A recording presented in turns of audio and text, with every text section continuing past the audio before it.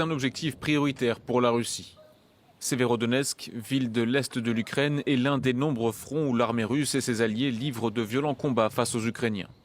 80% de la ville est désormais aux mains des troupes russes et pro-russes, selon les autorités locales. Dans le Donbass, elles avancent lentement mais sûrement. Malgré tout, le président ukrainien Volodymyr Zelensky tente de faire bonne figure. La situation dans le Donbass n'a pas changé de manière significative. Nous avons quelques succès dans les batailles pour Severodonetsk. Mais il est un peu tôt pour tirer des conclusions. C'est la zone la plus difficile pour nous en ce moment, comme dans les villes et localités voisines, Lysychansk, Bakhmut et d'autres.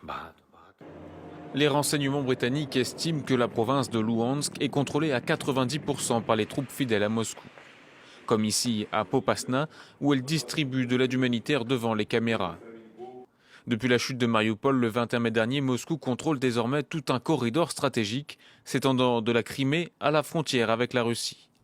L'état-major russe affirme avoir réduit les arrivées de combattants étrangers en Ukraine grâce à de nombreuses frappes dans l'ouest du pays.